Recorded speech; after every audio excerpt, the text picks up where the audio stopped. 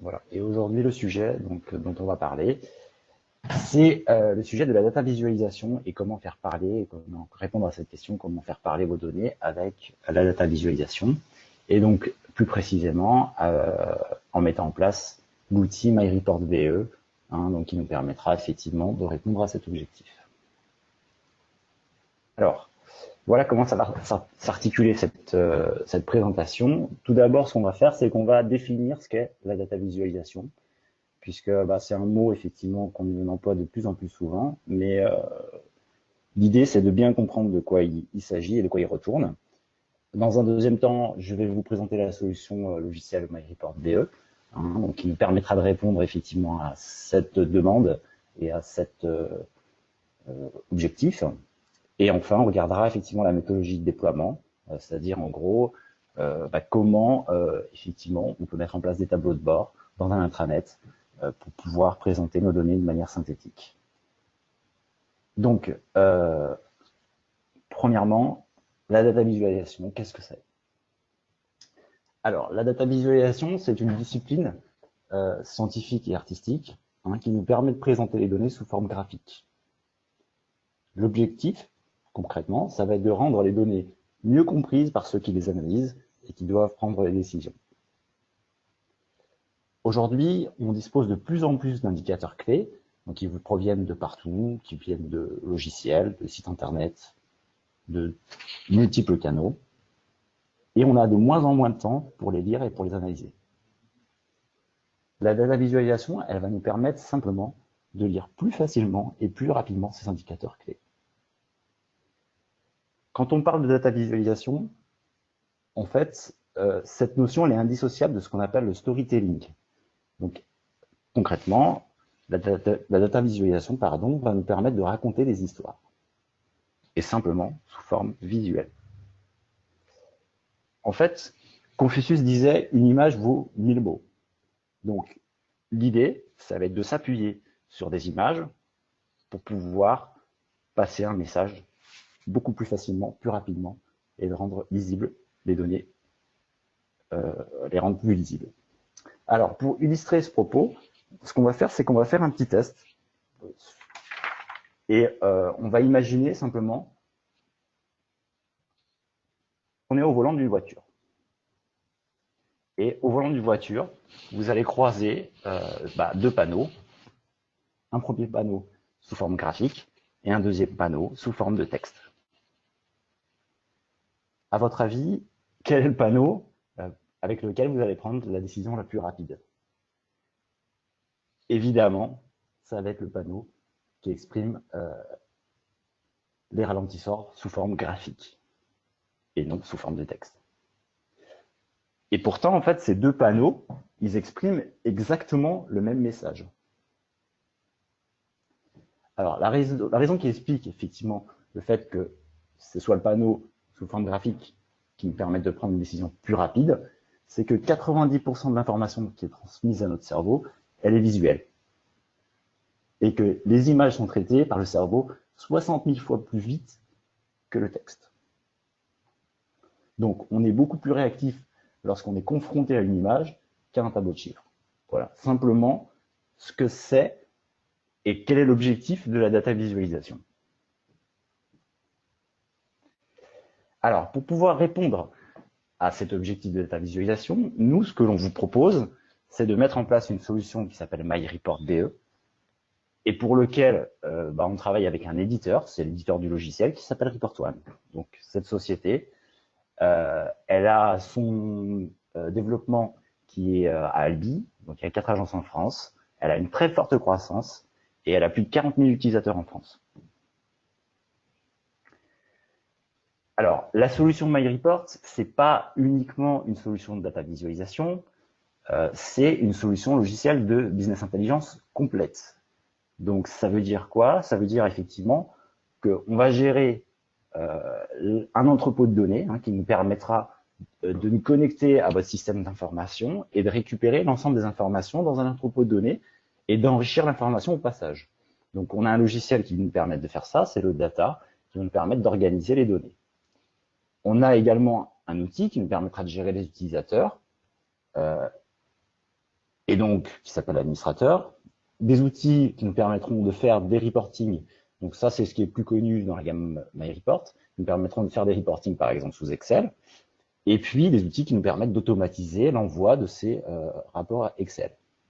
Mais le sujet qui nous intéresse aujourd'hui, c'est la data visualisation. Donc c'est une brique supplémentaire qui s'ajoute en fait à la gamme MyReport, qui est la partie data visualisation via l'outil Page et Center. Donc la possibilité simplement pour l'utilisateur de se connecter à un portail web et de pouvoir aller visualiser ces informations. Alors comment ça marche?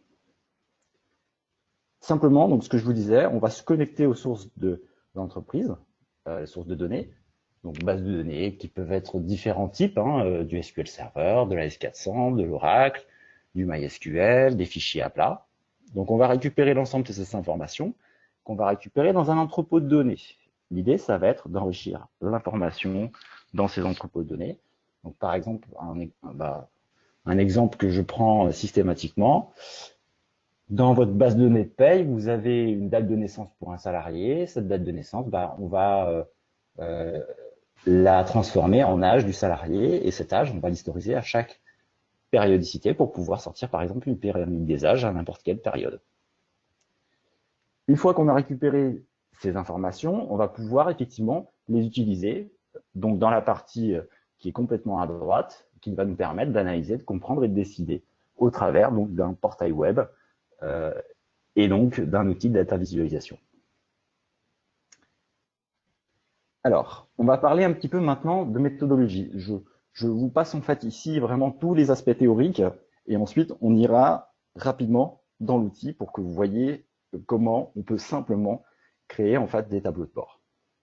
Donc l'idée, c'est, juste avant de vous montrer l'outil, c'est vous parler un petit peu de méthodologie dans la création d'un tableau de bord et dans ce qu'on appelle la data visualisation. Alors, on va utiliser un processus itératif, donc en gros qui se répète, et on va avoir trois phases vraiment importantes dans la conception du tableau de bord. Ça va être, et dans la réalisation du tableau de bord, ça va être une phase de conception, une phase de production et une phase de déploiement. Dans la phase de production, on va d'abord préparer les données dans le data warehouse. On va ensuite préparer les indicateurs pour que les indicateurs, si vous voulez, soient déjà agrégés et soient déjà calculés, parce que bien évidemment, quand on va se connecter à une page Internet, il faudra que les données puissent s'afficher très rapidement, parce que si on est sur une page Internet et qu'on a des calculs qui se lancent et que, en gros, la page met 2 minutes à s'afficher, on sait tous comment c'est, on ne va pas effectivement attendre que les données s'affichent. On passera à autre chose. Ensuite, on va avoir dans la phase de production la présentation des indicateurs, c'est-à-dire qu'on va aller dans l'outil qui va nous permettre de créer les tableaux de bord. Et enfin, on va donner effectivement un partage des données, on va donner accès à nos utilisateurs à ce portail web. Alors, on parle de méthodologie de création d'un tableau de bord, mais déjà, effectivement, la question à se poser, c'est qu'est-ce qu'un tableau de bord? Alors, un tableau de bord, qu'on appelle aussi dashboard, c'est juste une question de vocabulaire par rapport à ce que je vais aborder. Le tableau de bord, c'est une vue. C'est une vue, en fait, qui est simple et qui va nous permettre de présenter, effectivement, en un seul point, un ensemble de données permettant de piloter notre activité. Donc, le tableau de bord, il va regrouper des indicateurs de performance, donc par exemple une consommation moyenne, ou des indicateurs de résultats, un nombre de kilomètres parcourus, par exemple, voilà, en fonction de l'activité et de la base de données que l'on va attaquer. Voilà ce que c'est qu'un tableau de bord. Donc, en gros, l'idée, c'est, ce qu'on va retenir, c'est le tableau de bord, il doit véhiculer un seul message et il doit être effectivement très simple à lire. Pour pouvoir créer ce tableau de bord, voilà les questions que l'on va se poser. En gros, à qui on va souhaiter s'adresser? C'est très important. En gros, si je travaille sur des données de ressources humaines, je ne vais pas véhiculer les mêmes messages, forcément les mêmes messages, si je m'adresse à la direction, si je m'adresse aux délégués du personnel, par exemple. Ensuite, quelle histoire je vais vouloir raconter au travers de ce tableau de bord? Quelles vont être les informations importantes que ma cible souhaite voir tout de suite? sur quels critères la cible va pouvoir jouer, c'est-à-dire en fait quels sont les filtres. Est-ce qu'on va lui laisser la possibilité à la cible effectivement de pouvoir modifier l'année, le mois, par exemple si elle peut sélectionner effectivement un commercial, voilà, ce genre de choses.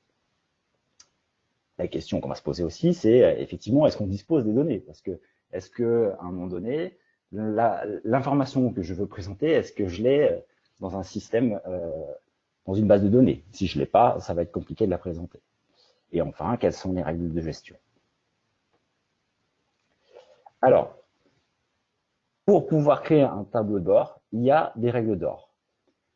Un dashboard, donc un tableau de bord, doit tenir sur un écran. Ça, c'est pour la data visualisation vraiment une règle d'or.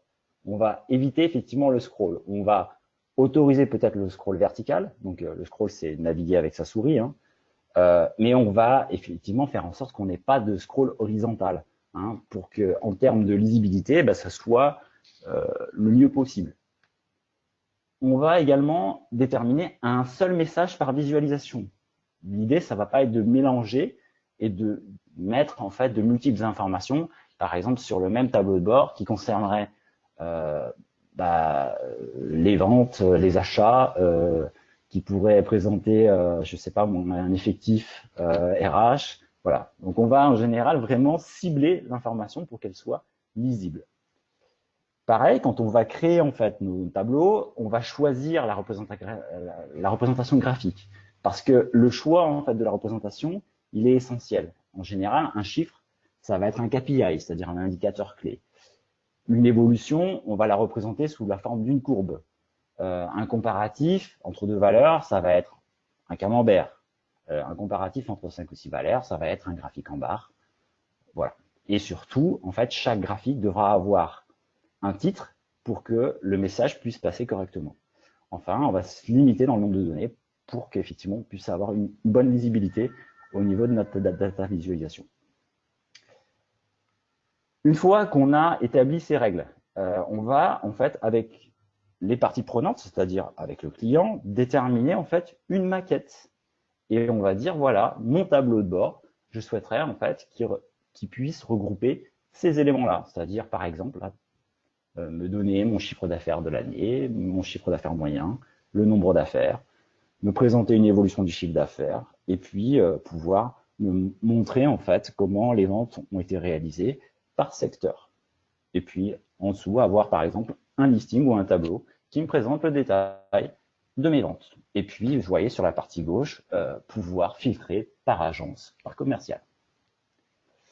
Cette création de maquette, elle va être essentielle puisque c'est elle qui va nous permettre, à partir de laquelle on va pouvoir gérer et créer nos modèles dans le data warehouse, dans l'entrepôt de données, au niveau de l'outil de BI.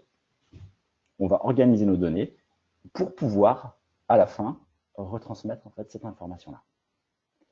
Voilà, donc en termes théoriques, voilà un petit peu, si vous voulez, les éléments, les prérequis pour pouvoir mettre en place notre data visualisation. Donc maintenant, ce que je vous propose, c'est qu'on aille dans l'outil et que je vous montre un petit peu le résultat qu'on pourrait obtenir avec MyReportBE et la possibilité de mettre en place un portail intranet. Donc je vais aller dans mon outil et je vais vous montrer, premièrement, un tableau de bord qui a été créé sur un environnement RH. Donc je vais pouvoir me connecter à un portail web. Sur ce portail web, j'ai un identifiant, un utilisateur et un mot de passe. Et puis, je vais pouvoir visualiser mes pages. Alors, bien évidemment, c'est pas marrant si ça prend un petit peu de temps sur mon poste. Oui, parce que mon poste n'est pas un serveur, c'est un poste client, donc l'affichage est un peu plus lent. Voilà, on y arrive.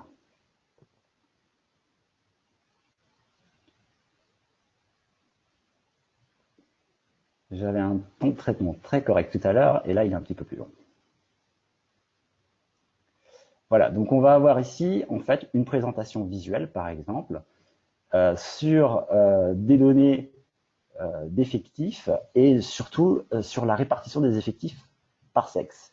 Donc vous voyez, ce dashboard qui a été créé, en gros, il veut véhiculer un message.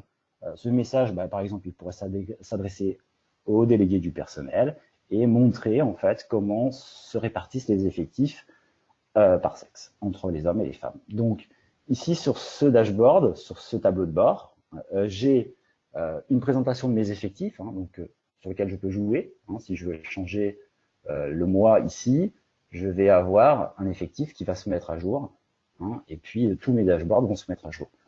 Donc j'ai mon effectif global, j'ai mon effectif femme, mon effectif homme, et j'ai l'évolution de mes effectifs en fait sur l'année. Donc vous voyez, les filtres qui sont ici me permettent simplement de changer la périodicité. Donc si je veux regarder sur 2017, je vais avoir les effectifs de 2017. J'ai la possibilité aussi d'avoir des états, par exemple, sur lesquels je vais pouvoir faire des zooms. Donc par exemple, cet état a été défini, donc on le voit parce qu'il y a une petite loupe ici. Si je vais cliquer par exemple sur l'effectif des hommes, c'est-à-dire les 18 hommes qui représentent 55% de l'effectif, je vais simplement voir ensuite à l'intérieur la répartition de l'effectif par catégorie de ces hommes. Donc il y a 9 étames et 9 cadres. Donc ça, c'est une présentation, c'est un message voilà, que j'ai voulu véhiculer, et là qui est connecté à une base de données de paye. Dans ce tableau de bord, je peux avoir une autre vue, par exemple, qui va me présenter la vue de la masse salariale. Donc, vous voyez, la masse salariale, entre guillemets, donc j'ai un premier KPI ici qui me présente la masse salariale de l'année, 2017, qui la compare à celle de N-1 et qui me présente l'évolution en fait, de la masse salariale sur l'année en parallèle avec l'évolution de l'effectif. Ce qui nous permettrait de voir, par exemple, quelles sont les incidences effectivement de l'augmentation ou de la diminution de l'effectif sur la masse salariale. Cet état ont été définis par exemple ce qu'on appelle un maître détail, c'est-à-dire que si je vais cliquer par exemple ici sur le mois de juin, j'ai la possibilité d'aller voir ici en dessous la répartition en fait, de ma masse salariale du mois de juin entre les cadres et les non-cadres. Donc ça, c'est un deuxième dashboard. J'ai ici créé un troisième dashboard, par exemple, qui me permet d'aller analyser le turnover de mon entreprise et de regarder en fait les entrées-sorties qui ont été réalisées dans l'année. Donc sur l'année 2017, j'ai 4 entrées, j'ai 5 sorties. Les 4 entrées ont lieu effectivement au mois de juin. J'en ai eu 4 au mois de juin, 4 sorties aussi au mois de juin et une au mois de mars. Et je vais retrouver la liste, par exemple, des gens qui sont entrés et qui sont sortis. Enfin, par exemple, sur cette présentation, pour aller plus loin, je pourrais aller, par exemple, aller analyser mon effectif par département et dire, en fait, mon effectif de 2017 du mois de janvier, il se répartit en fait de cette manière-là. En cliquant sur l'effectif de la comptabilité, je vais retrouver la liste des personnes qui sont dans le département de la comptabilité. Voilà, donc ça c'est une présentation qui est faisable sur un nombre, par exemple, de payes, mais on pourrait très bien imaginer en fait de la même manière avoir une présentation un petit peu différente sur des données qui sont différentes, par exemple sur des données de gestion commerciale. Donc, non, c'est pas celui-là, excusez-moi, c'est celui-là.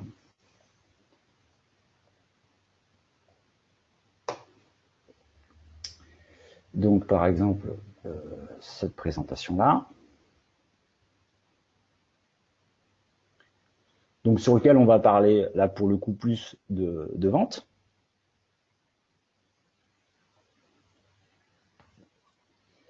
Alors, on va avoir, donc, par exemple, dans la présentation, là, vous voyez, on a un petit peu plus de filtres qui ont été positionnés, qui nous permettent de filtrer par typologie de client, par année, par mois, par commercial.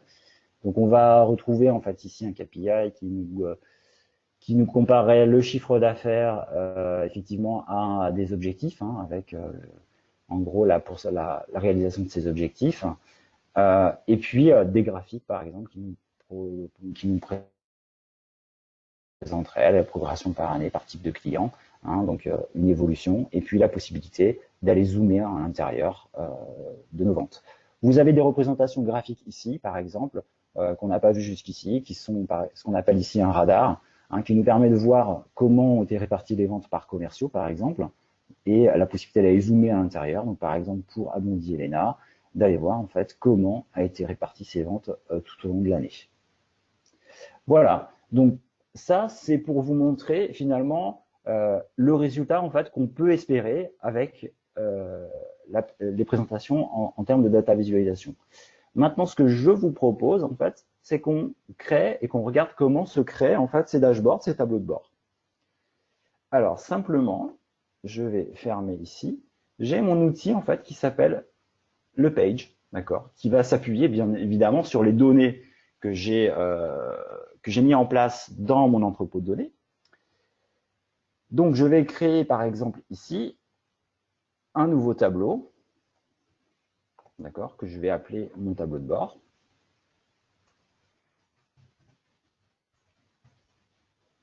Avec une date de publication et de fin de publication, hein, si jamais on veut effectivement qu'un tableau ne soit plus disponible après une date, avec une description, bien sûr.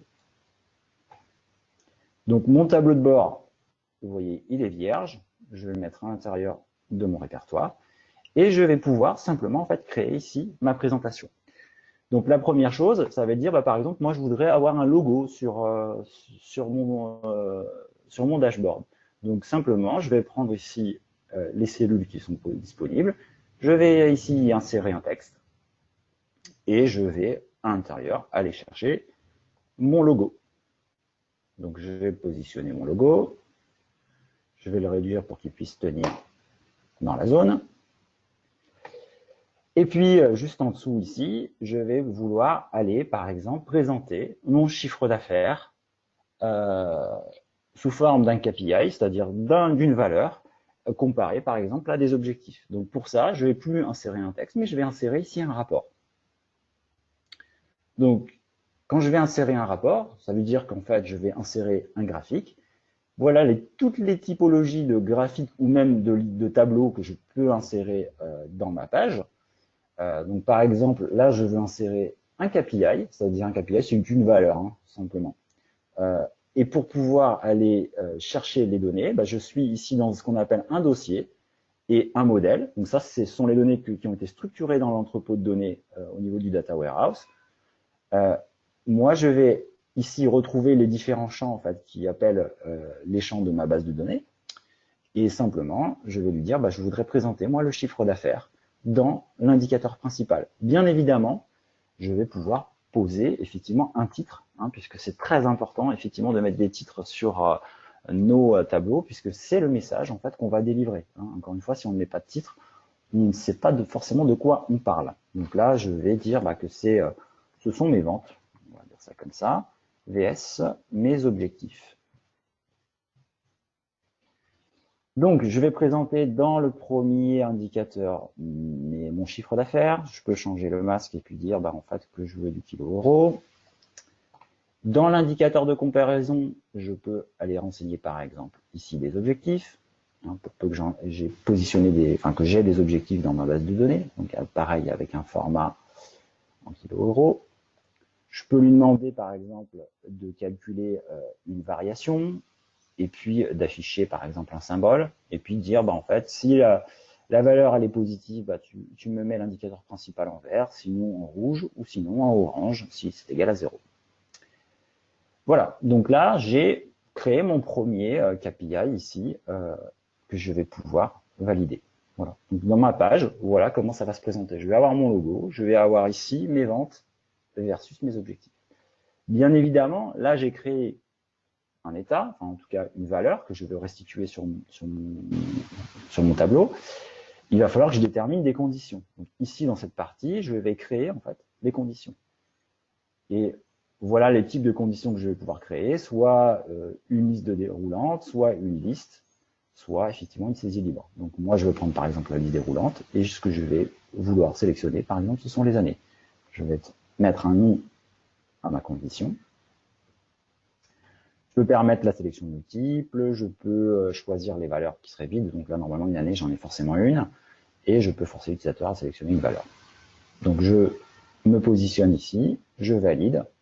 Et simplement, pour déterminer en fait que il y a un lien entre cette condition et ce tableau, en tout cas ce KPI, ben, je vais venir cliquer sur ma condition et dire ben, en fait que cette condition va avoir une incidence en fait et va permettre de filtrer l'état que je viens de créer. Donc simplement, je vais dire que ça a une incidence sur l'indicateur principal et également sur l'indicateur de comparaison.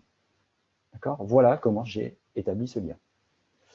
Alors, bien évidemment, au fur et à mesure que je crée mon tableau, je peux prévisualiser le résultat. Donc simplement, je vais venir cliquer ici sur l'aperçu.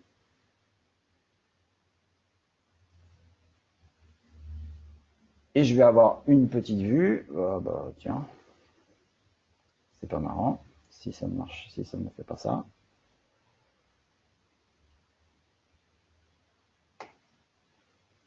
Alors, on va l'enregistrer, parce qu'il est peut-être pas bien enregistré.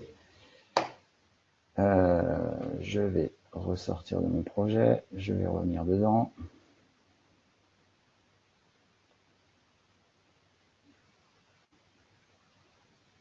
Ah non. Qu'est-ce qui se passe? Je suis désolé, hein, j'ai encore testé ce matin, ça marchait très bien.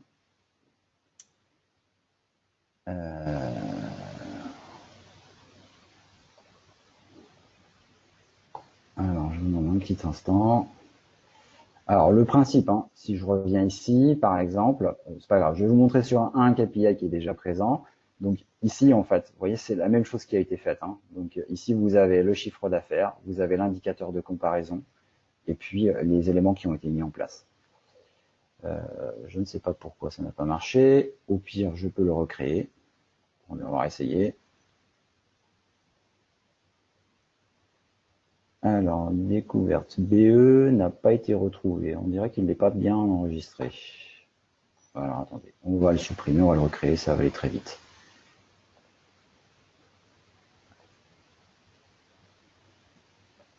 Alors, je vais refaire juste le KPI. Allez, on va prendre le temps de le refaire correctement. Peut-être que ça va mieux lui plaire.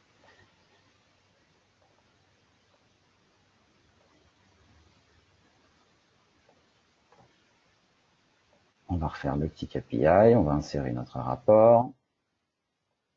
On va y mettre le chiffre d'affaires, on a dit. On change notre petit format. On y met notre indicateur de comparaison d'objectif.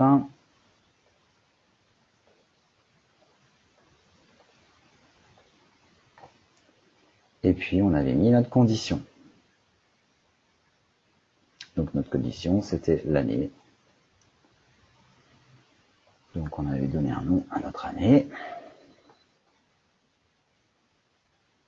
Et on avait dit qu'on avait un filtre.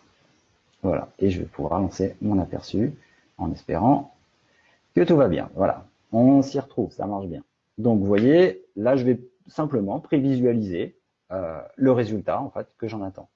Évidemment, si je fais une sélection sur l'année, logiquement, mon chiffre va être impacté hein, ici par le résultat. Voilà, donc ça vous montre déjà, premièrement, comment je peux afficher en fait des données de KPI. Alors ensuite, par exemple, je vais vouloir représenter une évolution de ce chiffre d'affaires. Donc par exemple, représenter sous forme graphique l'évolution du chiffre d'affaires sur l'année. Donc simplement, je vais reprendre ici toutes les zones et je vais insérer un nouveau rapport qui va être un rapport, par exemple, en histogramme, graphique combiné même, on va dire, histogramme et graphique. Pourquoi? L'idée, ça va être, par exemple, de comparer par mois, de comparer mon chiffre d'affaires et mes objectifs. D'accord? Donc, je vais avoir le chiffre d'affaires en histogramme mois par mois et une courbe de mes objectifs. Évidemment, je vais lui dire que la condition qui est ici va porter, effectivement, les filtres vont bien s'impacter en fait sur cet état-là. Je vais relancer ici mon aperçu et je vais avoir une présentation ici graphique de mon chiffre d'affaires et de mes objectifs. Bien sûr, je peux revenir ici et lui dire que je peux changer par exemple les couleurs de mon graphique. D'accord? Je vais lui dire, en fait, je voudrais avoir ici l'histogramme en bleu et puis d'avoir la courbe en rouge. D'accord, je vais relancer ici mon tableau et je vais avoir des données qui vont être à mon goût un peu plus sympathiques. Après les goûts, les couleurs. Hein. Alors ça, voilà, de cette manière-là, je vais pouvoir élaborer en fait mon tableau de bord. Bien évidemment, ici, ce que j'ai oublié de faire, d'ailleurs, c'est de renommer la page et dire en fait que ici, voilà ce que je veux présenter. Hein, c'est important. Les titres sont vraiment très importants dans une data visualisation. Donc, par exemple, ici, je parle de vente. VS objectif. Alors, ensuite, dans cette page-là, je vais pouvoir aussi lui demander, par exemple, un détail de mes ventes par commercial, sous la forme d'un camembert, par exemple. Mais l'idée, ça va être d'établir un lien, en fait, si vous voulez, de maître à élève entre deux graphiques. Donc, par exemple, simplement, je vais prendre ici cette zone qui est ici, uniquement celle-ci, ça suffira, et je vais insérer un nouveau rapport, donc type camembert, donc par exemple un anneau ici, dans lequel je vais demander une répartition en fait de mon chiffre d'affaires par commercial, d'accord, que je vais valider. Et simplement, je vais venir en fait sur, par exemple, mon évolution qui est ici, et je vais lui demander en fait de faire un lien et de dire en fait que quand je vais cliquer sur un mois de mon histogramme, que je puisse avoir la répartition du chiffre d'affaires du mois par commercial. Donc le lien, simplement, je vais cliquer sur le tableau d'origine et je vais lui dire ici, ce tableau dépendra en fait du filtre et du clic que j'aurai fait sur le tableau d'origine. Donc pour ça, je vais lancer mon aperçu pour vous montrer le résultat. Donc on voit que le tableau qui est en bas, par défaut, il ne s'affiche pas parce qu'il nous dit en fait qu'il faut cliquer sur le rapport principal pour pouvoir voir le détail. Donc par exemple, au mois de juillet, si je veux analyser en fait mon chiffre d'affaires du mois de juillet par commercial, je vais venir cliquer dessus et je vais avoir la répartition ici de mon chiffre d'affaires par commercial. Si maintenant dans ce tableau-là, je voudrais aussi pour un commercial aller visualiser en fait les différentes ventes par exemple par famille d'articles, simplement je vais revenir ici dans mon tableau et j'ai la possibilité de dire en fait je vais rajouter par exemple la famille, je vais rajouter ce qu'on appelle un drill, hein, c'est-à-dire en gros un zoom, qui va nous permettre d'aller naviguer encore un petit peu plus à l'intérieur de notre tableau. Donc je vais cliquer par exemple sur le mois d'octobre, voilà. Mais mon chiffre d'affaires, il se répartit de cette manière-là au mois d'octobre. À l'intérieur, je vais voir Abondi Elena, qui est commercial, et voilà comment se sont répartis en fait par famille d'articles son chiffre d'affaires. Voilà, donc ça c'est une autre forme de graphique en fait de représentation, hein, mais on a également la possibilité de faire en fait du listing ou du tableau croisé. Hein. C'est pas forcément l'objectif en fait en termes de data visualisation. Le listing ou le tableau en fait seront plus réservés à la partie Excel en fait de l'outil, hein, puisqu'on a une partie Excel aussi. C'est pas l'objectif d'en parler aujourd'hui, mais il y a aussi la possibilité de faire des reporting sous Excel. La partie web et la partie data visualisation, elle n'est pas faite forcément pour aller présenter du tableau, mais on a quand même la possibilité de le faire. Donc on peut le faire, mais en général, on va faire en sorte de présenter des données vraiment très synthétiques. Donc, du coup, moi, je vais revenir, par exemple, ici dans ma page. Je vais lui dire, en fait, que toutes ces zones-là, toutes ces cellules-là, ça va être un nouveau rapport. Et donc, vous voyez, ici, je peux choisir, par exemple, le rapport tableau. Et puis, venir, par exemple, positionner, par exemple, mon chiffre d'affaires par famille. Le positionner ici, donc mon chiffre d'affaires en tant qu'indicateur, et dire par exemple que je veux pouvoir le croiser par la typologie de client. D'accord? Donc j'ai créé ici mon tableau.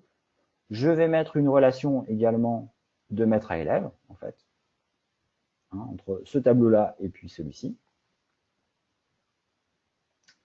Je vais venir cliquer sur mon aperçu. Donc, simplement, en regardant le mois de juin, je vais avoir la possibilité de voir la répartition de mon chiffre d'affaires par commercial et puis de pouvoir visualiser mes ventes ici par famille d'articles et par typologie de clients. Donc, bien évidemment, voilà, le tableau, ce qu'on veut éviter, c'est ça, c'est le scroll en fait. Hein. Encore une fois, c'est pour ça qu'on va éviter de présenter des tableaux vraiment détaillés. On va essayer de faire en sorte, effectivement, de ne présenter que des tableaux qui vont être très, très synthétiques. Hein, pourquoi? Parce que à partir du moment où on doit faire du scroll de cette manière-là, bah, ça va être moins lisible. D'accord? Donc ça rejoint un petit peu ce que je vous expliquais tout à l'heure, effectivement, quand on parlait vraiment de théorie en termes de data visualisation. Voilà un petit peu la philosophie de l'outil. Donc, je peux également vous montrer, donc par exemple sur notre tableau là, hein, qui est ici, on pourrait l'améliorer aussi. Hein, je pourrais simplement dire que je veux avoir effectivement des totaux en colonne et des totaux en ligne, bien évidemment, et puis avoir voilà, quelque chose qui va être un peu plus sympathique. Alors, juste pour vous montrer après, donc on va regarder le résultat quand même. Voilà, donc on va retrouver correctement. On va retrouver ici le total général en ligne et en colonne. Alors, ce que je vous propose maintenant, c'est juste d'aller regarder un petit peu l'autre projet, en fait, sur les données RH, par exemple. Hein, donc, elles sont ici. Moi, j'ai plusieurs projets, en fait, hein, dans ma config. Et vous remontrer, en fait, vous vous rappelez, en fait, sur notre portail que je vous ai montré tout à l'heure, on a la possibilité de voilà, on avait des données RH en fait qui étaient accessibles ici. Donc ce portail-là, bah, vous montrer un petit peu comment il a été créé. Donc c'est le même principe. Hein. On va avoir ici dans le page, donc on a défini, vous voyez, des sections en fait dans notre tableau de bord. Et puis à l'intérieur, bah, simplement, je vais lui dire, bah, par exemple, là je suis dans l'évolution mensuelle de mes effectifs. Bah, simplement, voilà, en abscisse, je vais avoir un champ qui va me permettre de récupérer l'année-mois. Je vais croiser mes effectifs par sexe. C'est pas plus compliqué que ça. Et là, en fait, on est lié à une page derrière. Donc, on a des modèles, en fait, qui sont capables d'attaquer la page et de pouvoir restituer de l'information. Alors, il y a une chose aussi qui est très importante, c'est la modélisation. Il est possible en fait que si vous avez déjà acquis l'outil, par exemple, et que vous utilisez déjà l'outil pour Excel, qu'on ait aussi besoin d'aller créer une modélisation spécifique pour la data visualisation. Pourquoi? Parce que à un moment donné, quand on fait du reporting, par exemple sous Excel, et qu'on lance des requêtes, on va avoir des temps de traitement, et ces temps de traitement, à la limite, on sait les accepter parce qu'on attend un résultat à la fin qu'on va pouvoir analyser dans le détail au niveau d'un reporting Excel. Ce que je vous expliquais tout à l'heure, c'est que sur une page web, les temps de traitement, on ne les acceptera pas. Donc, l'idée, en fait, ça va être de créer des modèles qui vont tout calculer à l'avance hein, pour que le temps de traitement se fasse, si vous voulez, la nuit, à un moment donné, et que l'affichage des données, elle soit très rapide et très fluide. Voilà. Donc concrètement, voilà comment ça a été construit. Hein. Pareil sur la masse salariale. Donc vous voyez, on a du KPI, on a des graphiques, on a de la répartition, effectivement, de masse salariale par catégorie également. Voilà, donc en gros, voilà ce que je voulais vous présenter aujourd'hui. Et puis cette solution MyReport Business Evolution et surtout la partie data visualisation. Donc je suis disponible pour le coup si vous avez des questions.